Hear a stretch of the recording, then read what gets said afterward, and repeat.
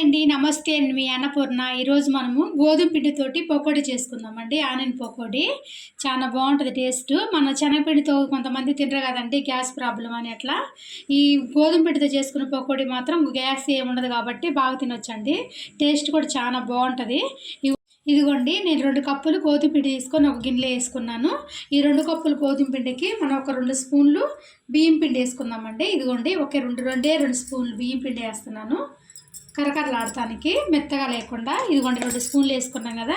ఇప్పుడు మనం దీంట్లోకి ఉల్లిపాయలు వేసేసుకుందామండి. సన్నగా పొడుగ్గా కట్ చేసుకున్న ఉల్లిపాయలు కొన్ని ఎక్కువగా వేసుకోండి, టేస్ట్ బాగుంటాయి. ఇదిగోండి, నేను ఒక 6-7 ఉల్లిపాయల దాకా వేసుకుంటున్నాను. ఇట్లా సన్నగా కట్ చేసుకొని, ఇట్లా ఉల్లిపాయలు ఎక్కువ వేసుకుంటే టేస్ట్ బాగుంటుంది. ఇదిగోండి, ఉల్లిపాయలు వేసేసుకున్నాం కదా. ఒక 4 పచ్చిమిరపకాయలు అండి. 4 పచ్చిమిరపకాయలు ఇట్లా కట్ చేసి సన్నగా వేసుకోండి, టేస్ట్ బాగుంటుంది.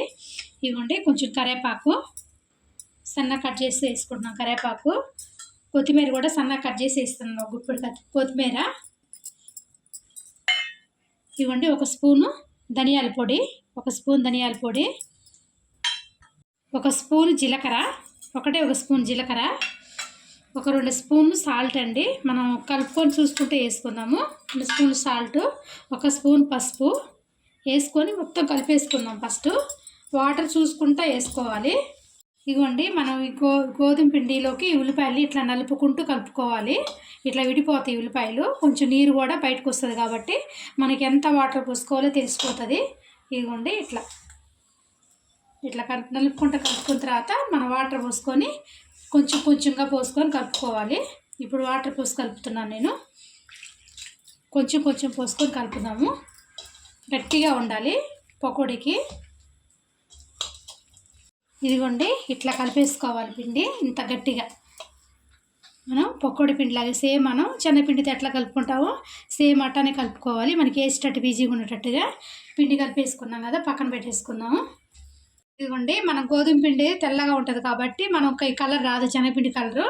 నేను కొంచెం పసుపు వేసాను కాబట్టి సేమ్గా అదే కలర్లో వచ్చింది. ఇట్లా పసుపు వేసుకుంటే బాగుంటుంది. స్టవ్ మీద నేను ఆయిల్ పెట్టేసిన, ఆల్రెడీ ఆయిల్ వేడవుతుంది. ఇదిగోండి, ఆయిల్ వేడైపోయింది. ఇప్పుడు నేను వేసి చూపిస్తాను. కొంచెంగా తీసుకొని కొంచెం వేసుకోండి. ఇట్లా మనం పకోడీ వేసినట్టు వేసేసేయండి.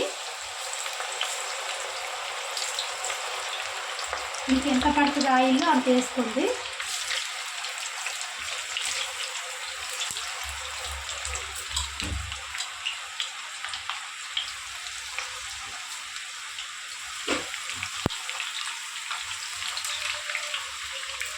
ఎర్రగా వేసేసుకున్నాము. ఇవ్వండి, ఇట్లా ఆయిల్ వేసేస్తాం కదా, వేయంగానే కలపకండి. ఇట్లా ఒక 2 నిమిషాలు అయితే ఎర్రగా వేగుతాయి. ఇట్లా వేసుకోవటమే చాలా బాగుంటుందండి పకోడీ. మనం ఎంత తిన్నా కూడా మనకి గ్యాస్ ప్రాబ్లం కానీ అట్లా ఏమనిపించదు, హాయిగా ఉంటుంది కడుపులో. తింటుంటే టేస్ట్ కూడా బాగుంటుంది. మనకి కొంచెం శనగపిండి తిన్నా కూడా కొంచెం గ్యాస్ ప్రాబ్లం ఉన్నాడు పాపం తినలేదు కదా, శనగపిండితో ఇట్లా గోధుమ పిండితో చేసి పెట్టండి, చాలా బాగుంటుంది టేస్ట్ కూడా. ఇవ్వండి, బాగా వేగిపోయింది చూస్తారు కదా. ఇట్లా వేపుకోండి, మంచి కలర్ వస్తాయి. ఇట్లా వేసేసుకొని ఇప్పుడు మనం తీసేసుకున్నాము. ఇట్లా జాలి గంటలు వేసుకుంటే ఆయిల్ అంతా అసలు ఆయిల్ పీలవదండి. మనకి శనగపిండి పకోడీ కొంచెం ఆయిల్ పీలుస్తుంది కదా, ఈ పకోడీ వేస్తాం మనం ఎంత ఆయిల్ వేస్తామో అంత ఆయిల్ ఉంటుంది. మంచిగా వేగిపోయిన తర్వాత నూనె మొత్తం వదిలేస్తుంది పకోడీ. అసలు ఆయిల్ అంటే పీల్ అవుతుంది, అసలు టేస్ట్ మాత్రం బాగుంటాయి. ఒకసారి ట్రై చేయండి ఇలా అండి. ఇదే ఆయిల్లో మనం పచ్చిమిరపకాయలు ఫ్రై చేసుకున్నాము, టేస్ట్ బాగుంటుంది. పచ్చిమిరపకాయలు కూడా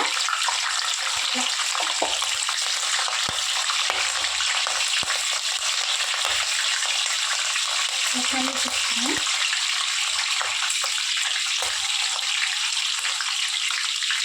పచ్చిమిరపకాయలు చాలా బాగుంటాయండి, నచ్చుకొని తింటే. ఇట్లా ఏం చేసుకోండి, సరిపోతుంది.